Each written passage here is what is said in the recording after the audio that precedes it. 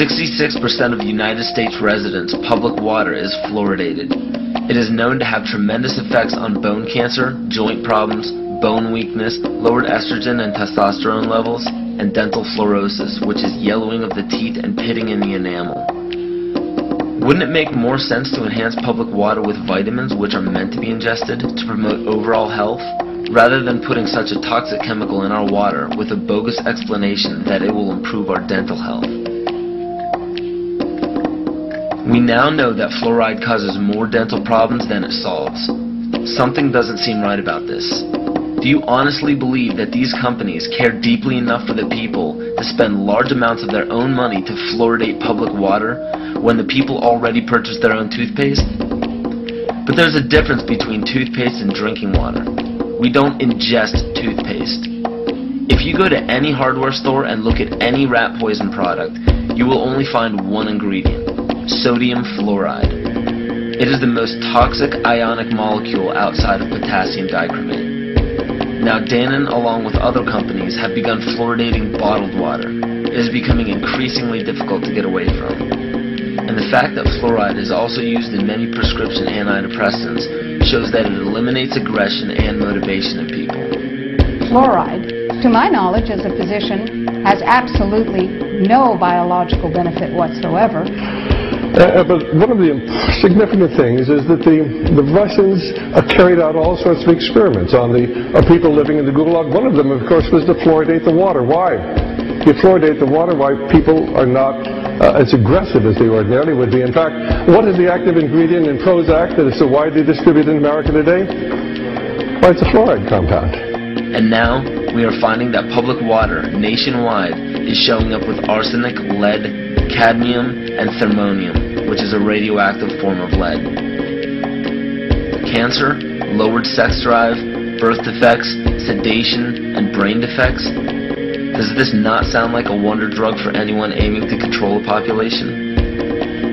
It's quite astonishing, Paul, the degree to which environmentalists have not been educated about fluoride.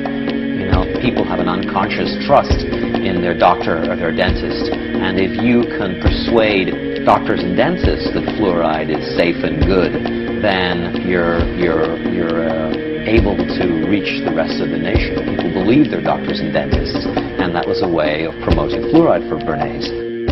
Fluoride was killing their cattle, destroying their crops. Fluoride given to rats had produced bone cancer and liver cancer, and that those results had been doctored to make it look as though fluoride hadn't caused as much cancer. The pattern that we saw, it typically is what we see with other neurotoxic agents that are well known to cause a hypoactivity or a memory problem or an IQ problem.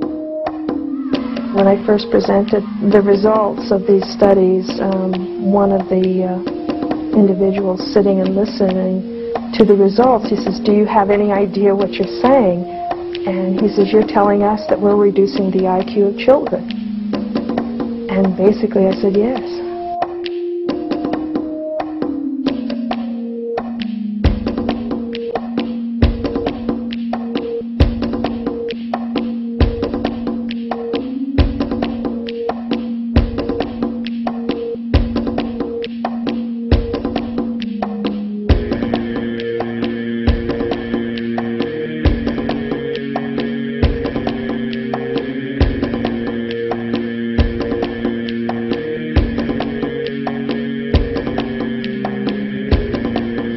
Aspartame, the artificial sweetener found in almost every low-sugar or sugar-free product on the market.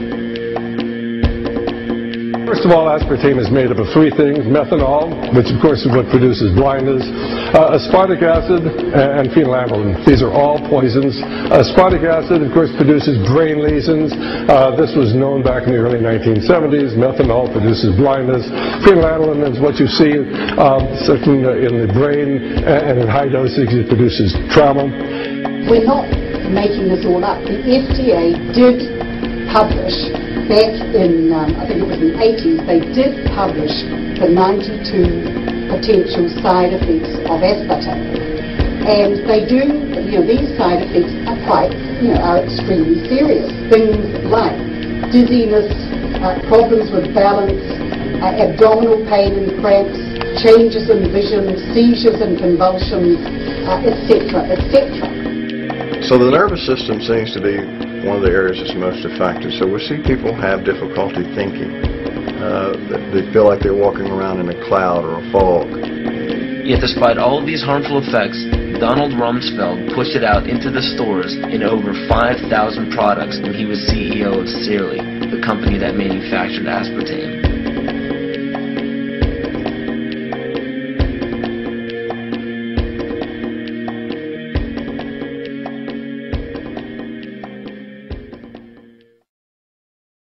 The sustainable goal is the elimination of the middle class. The world cannot support 6 billion people. But you see, the plan behind sustainable development includes population control. It's a program for land use control, education control, and population control. The leaders of the sustainable movement say that the world's human population should not exceed 500 million people. That's a 93% reduction of today's population levels. In 1992, while the Rio Conference was going on, George Bush, then president, was there. He was just offshore in Prince Charles's yacht, where he executed the Agenda 21 protocols on behalf of the United States and brought it back to Washington, D.C. Within a year, Bill Clinton, by executive order, established the President's Council for Sustainable Development. In 1996, Bill Clinton set up the President's Council on Sustainable Development. One of the dictates of Agenda 21 is that every country in the world is to set up a national council to oversee the implementation of Agenda 21. I've listened to Gorbachev explain, we are writing a new set of 10 or 15 commandments to replace the original 10. Which one of the 10 do you think these guys don't like? Thou shalt not lie, thou shalt not steal, thou shalt not covet. Because I'll tell you what, these people have lied to us. They're in the process of stealing all of this nation's natural resources, and they covet everything you have left.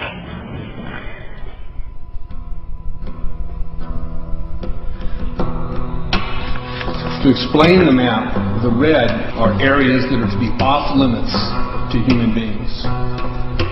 If you live there, you won't. The yellow areas are the areas for major control of all human activity. If you live there, you won't. The black dots are the smart growth zones.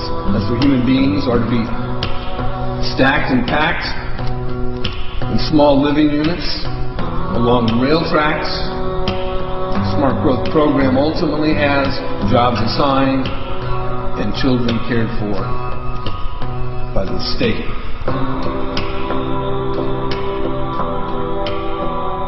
And in conjunction with Codex Alimentarius, food will be limited and water consumption will be decreased to 10 gallons per day per person. That is over a 90% reduction in people's average daily water consumption.